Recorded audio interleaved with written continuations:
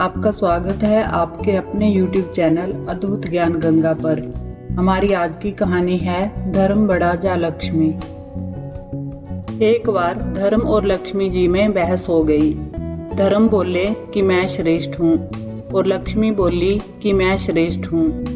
दोनों स्वर्ग के राजा इंद्र के पास गए। इंद्र ने उनसे पूछा कि आप दोनों आज अचानक मेरे पास कैसे आए हो। तब धर्म और लक्ष्मी जी ने अपनी बात इंद्र के सामने रखी।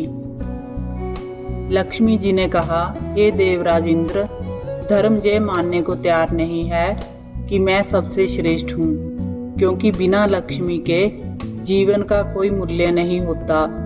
तभी धर्म ने कहा कि हे देवेंद्र, धर्म के बिना जीवन का भी कोई औचित्य नहीं रहता, इसलिए मुझे लगता है कि मैं श्रेष्ठ हूँ। अब हम चाहते हैं कि आप हमारा न्याय करें और बताएं कि हम दोनों में से कौन सर्वश्रेष्ठ है। देवराज इंद्र धर्म संकट में पड़ गए। उन्होंने सोचा कि मैं कैसे बताऊं कि इन दोनों में से कौन सर्वश्रेष्ठ है। यदि मैंने लक्ष्मी जी को सर्वश्रेष्ठ बता दिया तो मैं धर्म से चला जाऊंगा, और यदि मैंने धर्म को सर्वश्रेष्ठ बता दिया तो मैं लक्ष्मी विहीन हो जाऊंगा। उन्होंने बहुत सोचा, पर इसका कोई भी हल उनके दिमाग में नहीं आया। आखिर में उन्होंने दोनों से कहा कि धरती पर मुझसे भी ज्यादा एक न्यायप्रिय राजा हैं। उस राजा का नाम विक्रमादित्य है। आप दोनों उसके पास जाओ और उससे अपना न्याय करवाओ। वह आप दोनों का न्याय बड़ी सरलता से कर देगा। उनकी बात मानकर लक्ष्मी जी और धर्म दोनों पृथ्वी लोक पर आ गए और राजा विक्रमादित्य के पास पहुंचे। वह राजा से बोले कि हे राजन, आप हमारा न्याय करें।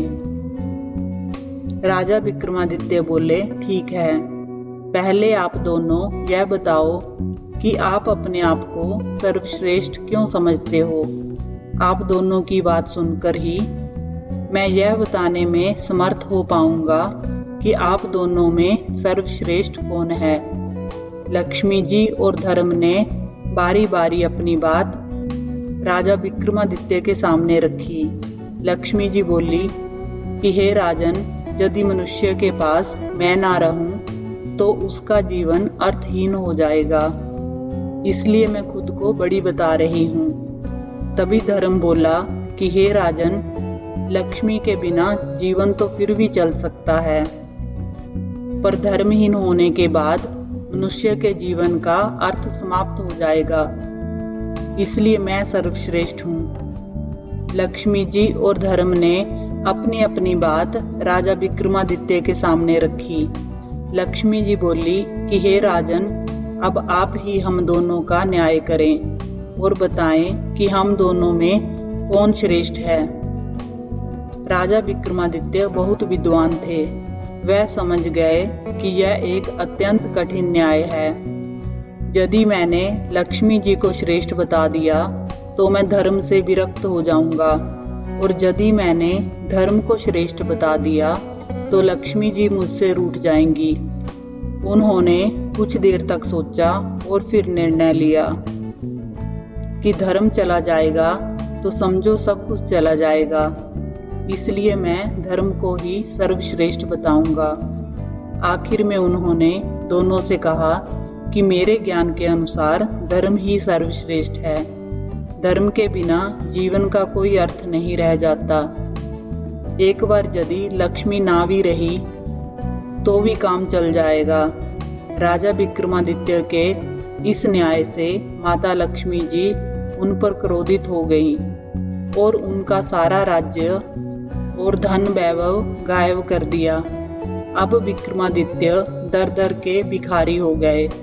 ऐसे में उन्होंने अपने राज्य से जाना ही उचित समझा। उन्होंने अपनी तलवार उठाई और अपने घोड़े को लेकर राज्य से निकल पड़े। वहां से निकलकर वह एक नदी के पास पहुंचे। अब उन्हें भूख भी लग रही थी। इसलिए उन्होंने सोचा कि नदी से कुछ मछलियां पकड़ी जाएं। उन्होंने नदी से कुछ मछलियां पकड़ी और उन्हें नदी के किनारे पर रख दिया। उन्होंने सोचा कि स्नान के उपरांत मैं इन मछलियों को खा लूंगा। जैसे ही वह नहाकर नदी से बाहर आए तो देखा सारी मछलियां जल में कूद गई। वह समझ गए कि यह सब लक्ष्मी जी के क्रोध के कारण हुआ है। वह कुछ नहीं बोले और भूखे ही अपनी बहन के घर की तरफ चल पड़े।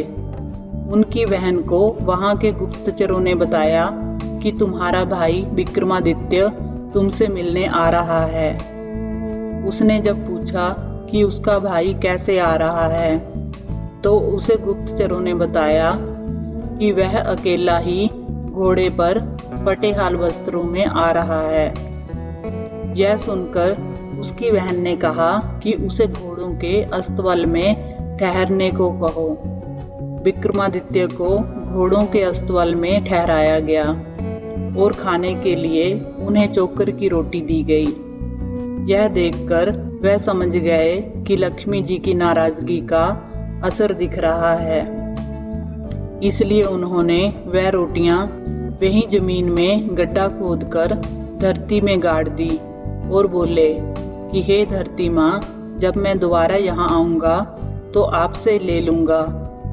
आप यह रोटियां इसी स्थिति में संभाल कर रखना। इसके बाद बिना किसी को बताए वह वहां से रवाना हो गए। अगले दिन सुबह वह अपने एक प्रिय मित्र के पास पहुंचे। मित्र ने उनका बहुत स्वागत किया। खाने के लिए उनको तरह तरह के व्यंजन परोसे गए। जब राजा विक्रमादित्य खाना खाने बैठे तो उन्होंने देखा कि खूंटी पर 9 लखा हार टंगा हुआ था। जैसे जैसे वह भोजन खाते जा रहे थे वैसे वैसे खूंटी भी 9 लखा हार को निगल रही थी। वह समझ गए कि यह भी देवी लक्ष्मी की एक चाल है। जब उनके मित्र की पत्नी ने खूंटी से हार गायब देखा तो उसने विक्रमादित्य पर चोरी का आरोप लगा दिया। विक्रमादित्य ने अपनी सफाई में कुछ भी नहीं कहा। उनका मित्र जानता था कि विक्रमादित्य ऐसा नहीं कर सकते, इसलिए उन्होंने अपनी पत्नी को समझाने की बहुत कोशिश की, लेकिन वह नहीं मानी। अब विक्रमादित्य वहां से चल पड़े और दूसरे राज्य में पहुंच गए।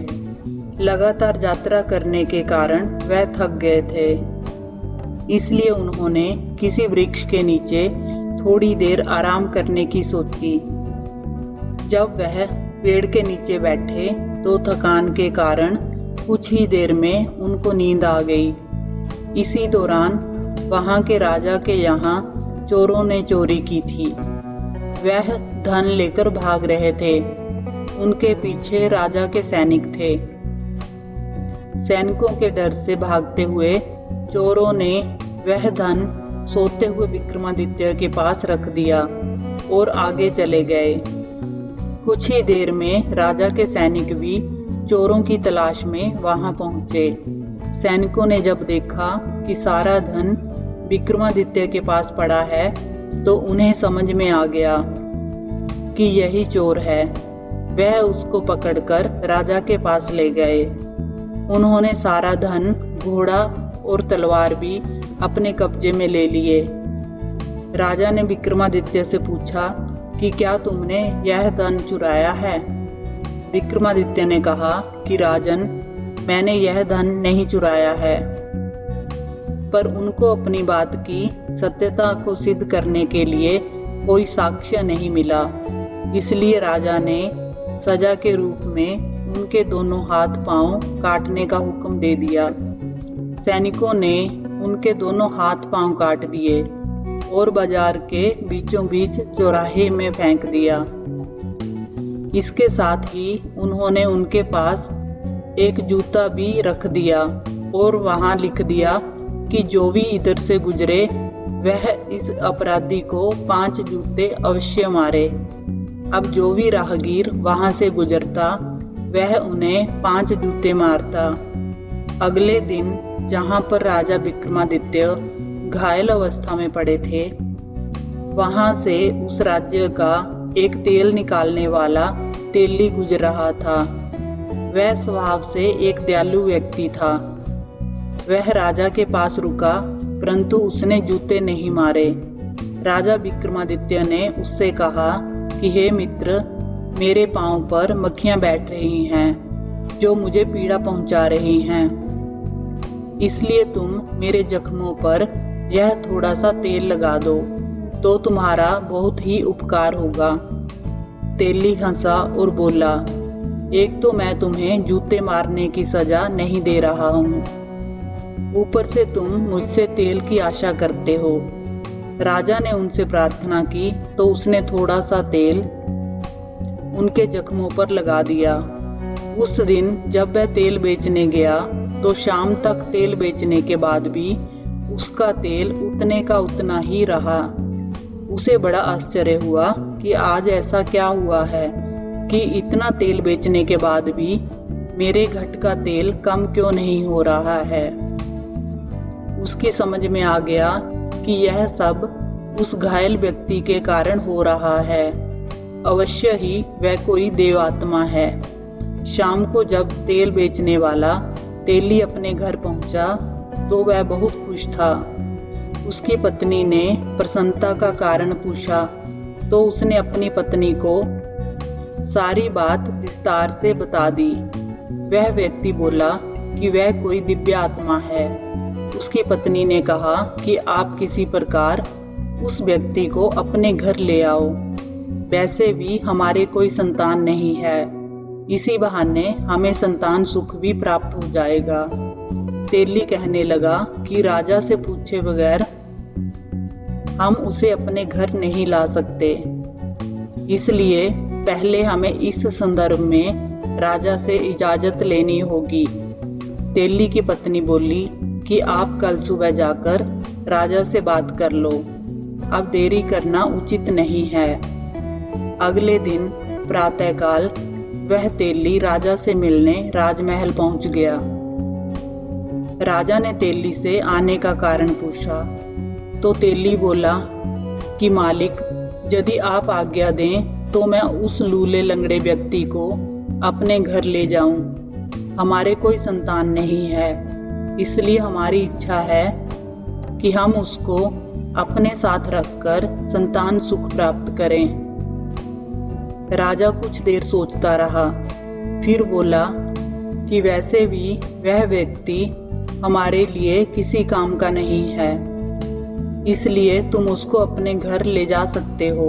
राजा की आज्ञा मिलते ही वह तेली विक्रमादित्य को अपने घर ले आया।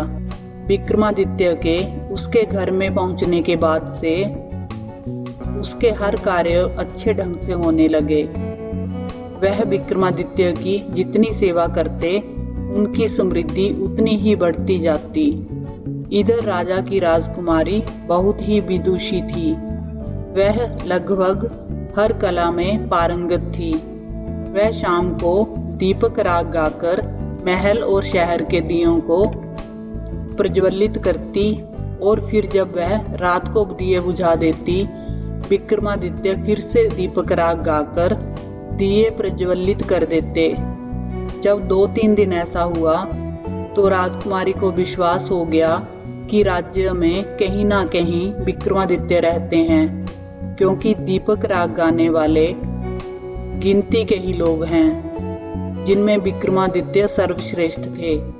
उन्हीं दिनों राजा ने राजकुमारी का स्वयंवर रचा दिया। दूर दूर के राजाओं और राजकुमारों को आमंत्रित किया गया। दूर दूर के राजाओं और राजकुमारों को आमंत्रित किया गया। जिस दिन स्वयंवर था, उससे पिछले दिन विक्रमादित्य ने तेली से कहा कि हे पिताश्री, मैं भी स्वयंवर देखना चाहता हूँ, इसलिए आपसे प्रार्थना है कि मुझे कल वहां पर लेकर चलो। तेली ने समझाया कि तुम चल फिर नहीं सकते, तुम्हें कहीं कोई चोट ना लग जाए। लेकिन जब विक्रमादित्य अपनी बात पर अड़ गए तो वह तेली उन्हें स्वयंवर में ले जाने के लिए राजी हो गया। वह बोला कि कल प्रातः मैं तुम्हें स्वयंवर दिखाने ले चलूंगा। थोड़ी देर बाद राजा के यहाँ से तेली को संदेशा आया कि राजा को 100 घड़ा तेल कल सुबह तक चाहिए।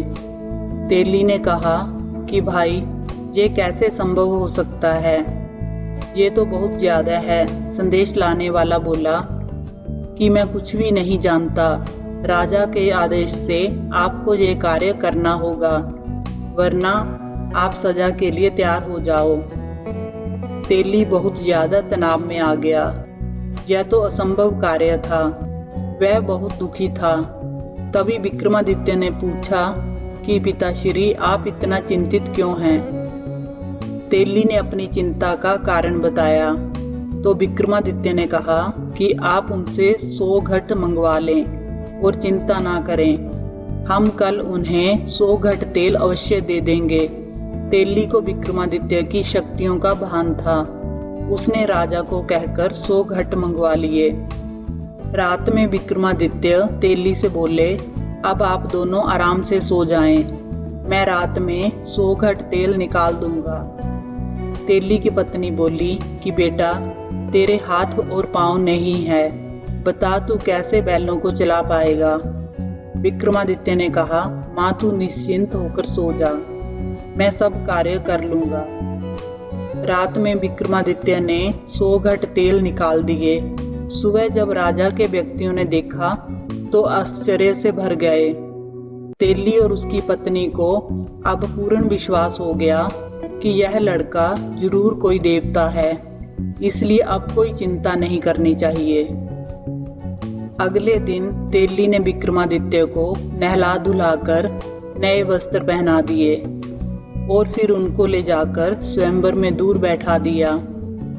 कुछ समय उपरांत जब सब राजा और राजकुमार आ गए तो राजकुमारी को वर के चुनाव के लिए भेजा गया।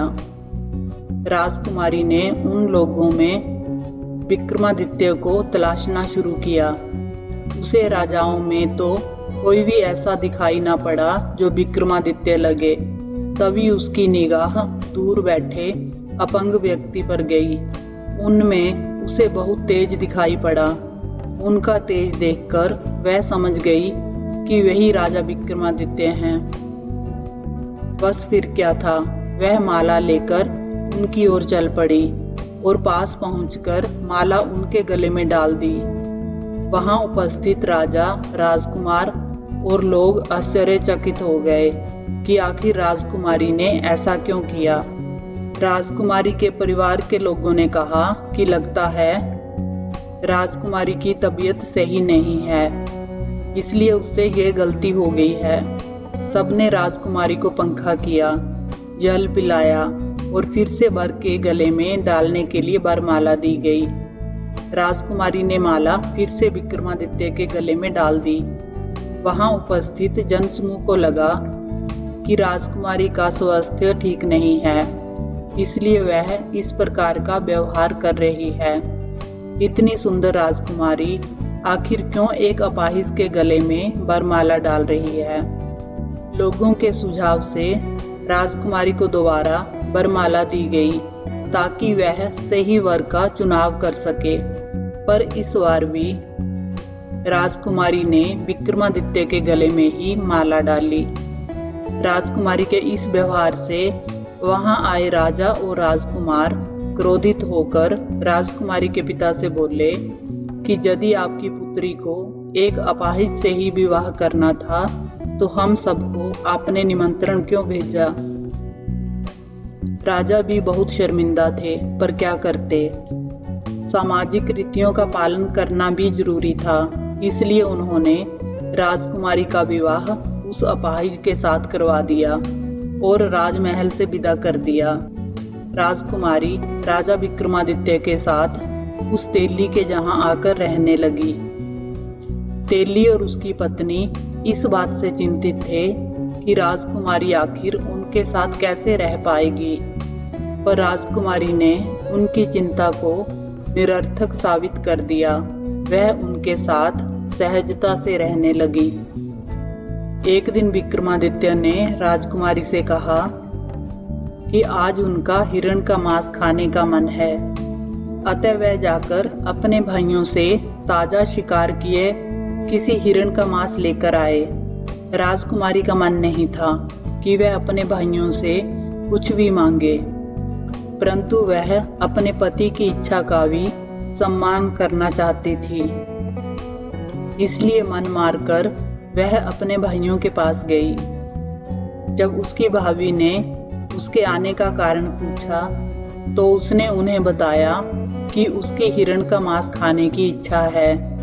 वहां उसने विक्रमादित्य की इच्छा को अपनी इच्छा बताया। वह नहीं चाहती थी कि कोई उसके पति के बारे में कुछ गलत कहे, पर फिर भी उसकी भाभियों ने उसे उसके पति के बारे में सुनाया और बोली, जब हिरण के मांस खाने का इतना ही शौक था तो किसी अच्छे व्यक्ति को अपने पति के रूप में चुनती। राजकुमारी उनकी जली कटी बातें सुनकर वापस आ गई। उसने सारी बातें विक्रमादित्य को आकर बताई। विक्रमादित्य ने कहा कि कोई बात नहीं, तुम उनसे मेरी तलवार और मेरा घोड़ा मांग लाओ। राजकुमारी जब वापस जाने लगी तो विक्रमादित्य को कुछ याद आया। उन्होंने राजकुमारी को अपना एक रुमाल यह कहते हुए दिया कि मेरी तलवार और घोड़ा कोई दिक्कत करे तो ये रुमाल उन्हें दिखा देना, वह चुपचाप आ जाएंगे। जब राजकुमारी वापस महल पहुंची तो उसकी भाभियों ने उसका फिर मजाक बनाया। राजकुमारी बोली, इस बार मैं हिरण का मांस नहीं, उनका घोड़ा और तलवार लेने आई हूँ। तलवार और घोड़े ने भी वहां आतंक मचा रखा था, कोई उनके करीब नहीं जा पा रहा था। जब राजकुमारी ने उनकी मांग की तो भाभियों ने सोचा कि अच्छा है, ये उनका शिकार बन जाए, इससे हमें सुकून मिल जाएगा। उन्होंने वहां से दोनों को ले जाने के लिए कह दिया। जब राजकुमारी उनको लेने गई तो तलवार सांप बनकर उसे काटने दौड़ी और घोड़ा दुलत्तियां मारने लगा। राजकुमारी को विक्रमादित्य की कही बात याद आ गई। उसने तुरंत रुमाल निकालकर उन्हें दिखा दिया। विक्रमादित्य का रुमाल देखते ही दोनों शांत हो गए। राजकुमारी ने तलवार उठाई और घोड़े की लगाम पकड़कर वापस विक्रमादित्य के पास आ गई। जब शाम होने को हुई तो विक्रमादित्य ने राजकुमारी से कहा कि अब वे उसे घोड़े की पीठ पर बैठा दें। आज वह जंगल में शिकार खेलने जाएगा। राजकुमारी ने कहा कि आप घोड़े की सवारी कैसे कर पाएंगे। राजकुमारी ने तेली की मदद से विक्रमादित्य को घोड़े पर बैठा दिया, पर बिना किसी पकड़ के घोड़े पर से गिरने लगे। राजकुमारी यह सब देखकर बहुत दुखी हुई। उसकी आंखों में पानी भर आया। उसने आंखों के आंसुओं को छुपाने के लिए मुंह दूसरी ओर घुमा लिया। तभी उन्हें लगा कि जैसे घोड़े की लगाम को कोई उनके हाथों से खींच रहा है। उसने जल्दी घूमकर विक्रमादित्य की ओर देखा तो वह स्तब्ध हो गई। उसने देखा राजा विक्रमादित्य घोड़े पर सवार थे। वह बहुत खुश हुई। उसकी आंखों में यह जानने की जिज्ञासा भर आई कि आखिर यह सब कैसे हुआ। विक्रमादित्य ने उसे आश्वासन दिया कि शिकार से लौटने के उपरांत वह सारी बातें उसे बता देंगे। विक्रमादित्य ने जंगल में पहुंचकर जो भी शिकार किया उसके कान और पूंछ काट लिए और शिकार को वहीं छोड़ दिया। उसी समय राजकुमारी के भाई भी शिकार पर गए हुए थे। उन्होंने जंगल में ताजा शिकार देखा तो उनके मन में लालच आ गया। उन्हें बिना मेहनत किए ताजा शिकार मिल रहा था। उन्हें लगा कि यह ताजा शिकार तो उनके लिए पुरस्कार के समान है। उन्होंने वह सारा शिकार उठा लिया। उन्होंने इसके लिए शिकारी को धन्यवाद दिया और अपने महल की तरफ वापस चल पड़े। वह अभी और कुछ दूर चले होंगे कि उन्हें तेज प्यास लग गई। उन्होंने अपने घोड़ों को पास के जलाशय की ओर मोड़ लिया। वहां पर जैसे ही उन्होंने जल पीने का प्रयास किया, एक आवाज ने उन्हें जल पीने से रोक दिया। उन्होंने आवाज की दिशा में देखा तो पाया कि वहां एक जोगी खड़ा था। एक राजकुमार ने जोगी को जल पीने से मना करने का कारण पूछा तो जोगी बोले कि हे राजकुमारों, यहाँ का जल बिना मेरी अनुमति के कोई भी दूसरा जीव नहीं पी सकता। राजकुमारों का प्यास के कारण बुरा हाल था, इसलिए वह जोगी से जल के लिए विनती करने लगे। जोगी ने कहा कि यदि तुम जल पीना चाहते हो तो उसके लिए तुम्हें अपने कूलों पर गर्म सिक्के से गुदवाना पड़ेगा। जल के बिना उनकी ग्रीवा शुष्क हो चुकी थी, इसलिए शर्त मानने के अतिरिक्त उनके पास कोई और चारा नहीं था। इसलिए शर्त के अनुसार उन्होंने अपने कूलों पर सिक्के से गुदवाया और फिर जल पीकर रवाना हो गए। इधर विक्रमादित्य जोगी बने हुए थे, अपने निवास स्थान पर लौट आए। घर पहुंचते ही जिज्ञासा से भरे राजकुमारी तेली और उसकी पत्नी उनके चारों तरफ एकत्र हो गए। वह बोले कि हे देवताओं की तरह दिखने वाले, तुम अपना परिचय देकर हमारे भीतर पैदा हुई जिज्ञासा का अंत करो। राजा विक्रमादित्य को लगा कि अब इन्हें अंधकार में रखना सही नहीं है। वह बोले कि हे धर्मपिता और माता, मैं राजा विक्रमादित्य हूँ। फिर उन्होंने अपनी आप बीती को संक्षेप में उन्हें बताया।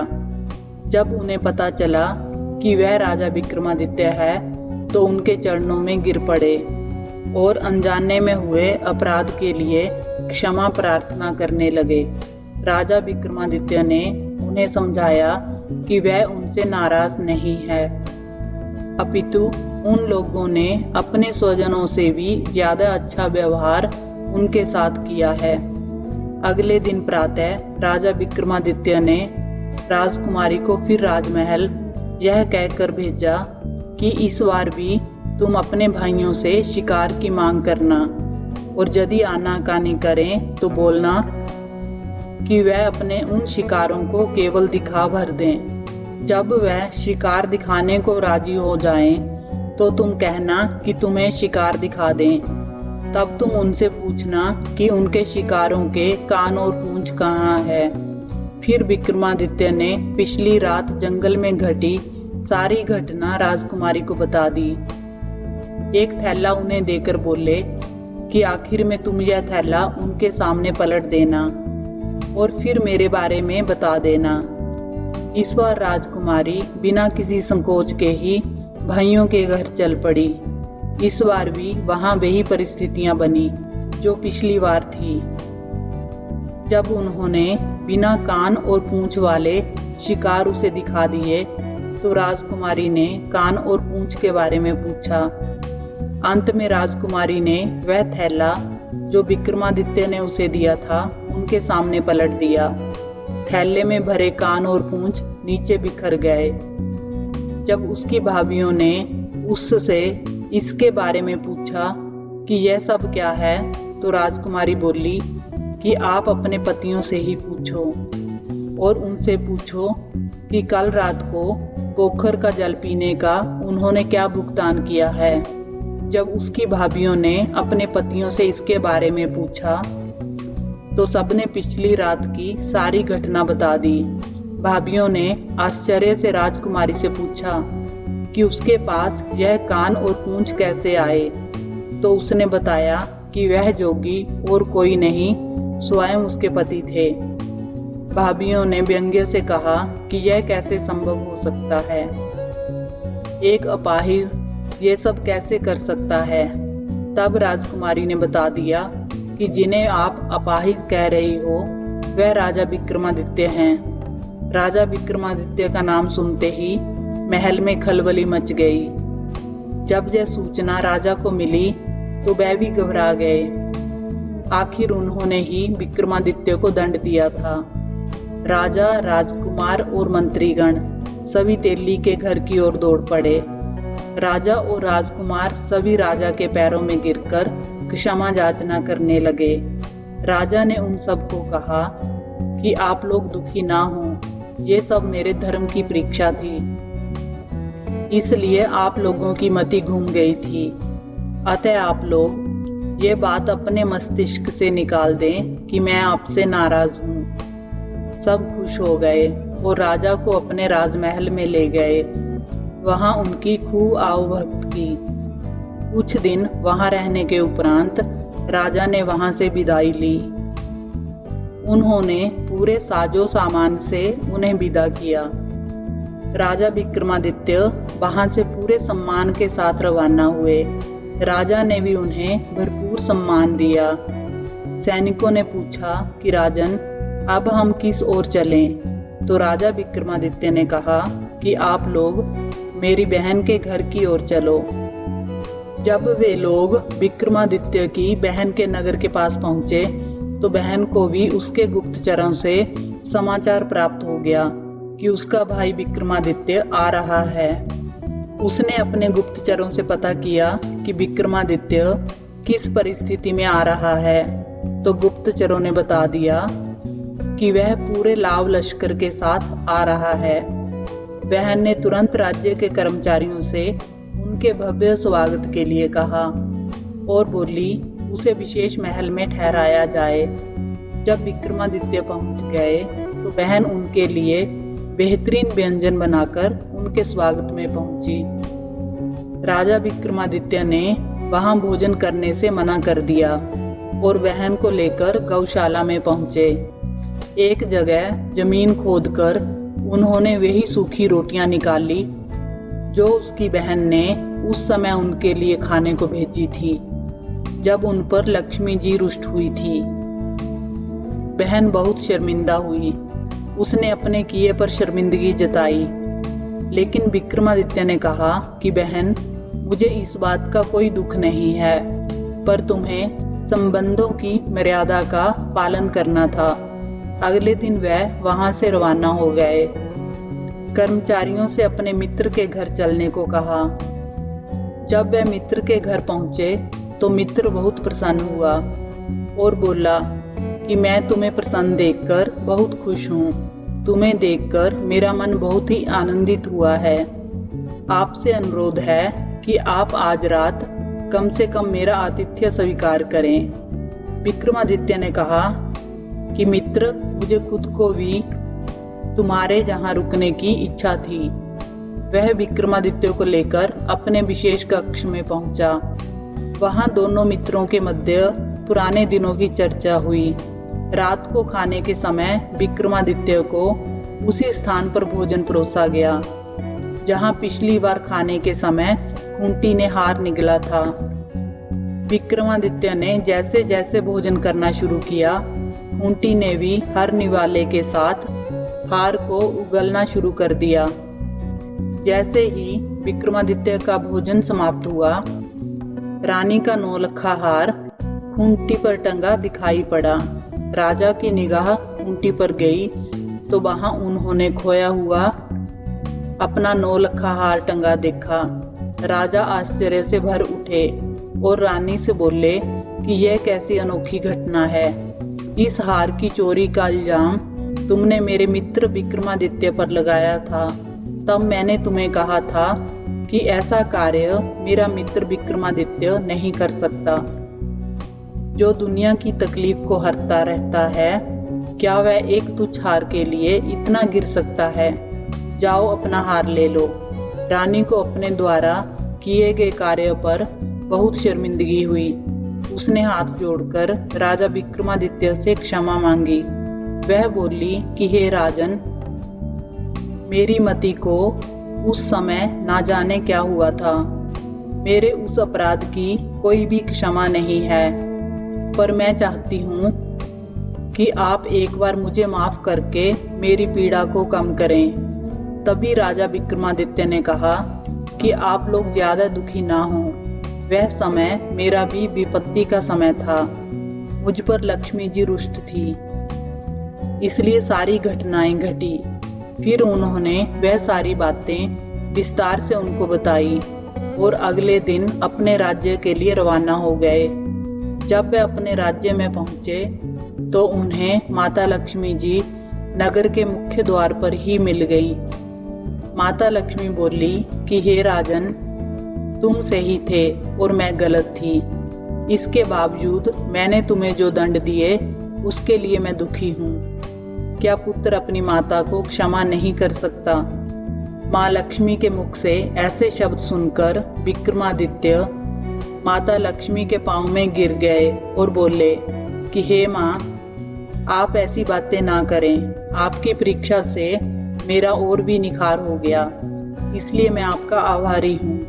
विक्रमादित्य की विनम्रता से माँ लक्ष्मी बहुत ही प्रसन्न हुई और बोली, हे विक्रमादित्य, मेरा तुमको आशीर्वाद है कि जब तक दुनिया रहेगी लोग तुम्हें नहीं भूल पाएंगे। ये आशीर्वाद देकर माँ लक्ष्मी अंतर्ध्यान हो गई। अपने नगर में पहुंचकर राजा और राजकुमारी सुख से जीवन व्यतीत करने लगे। आपको ये कहानी अच्छी लगी हो तो वीडियो को लाइक करें, चैनल को सब्सक्राइब करें। कहानी को अंत तक सुनने के लिए आपका धन्यवाद।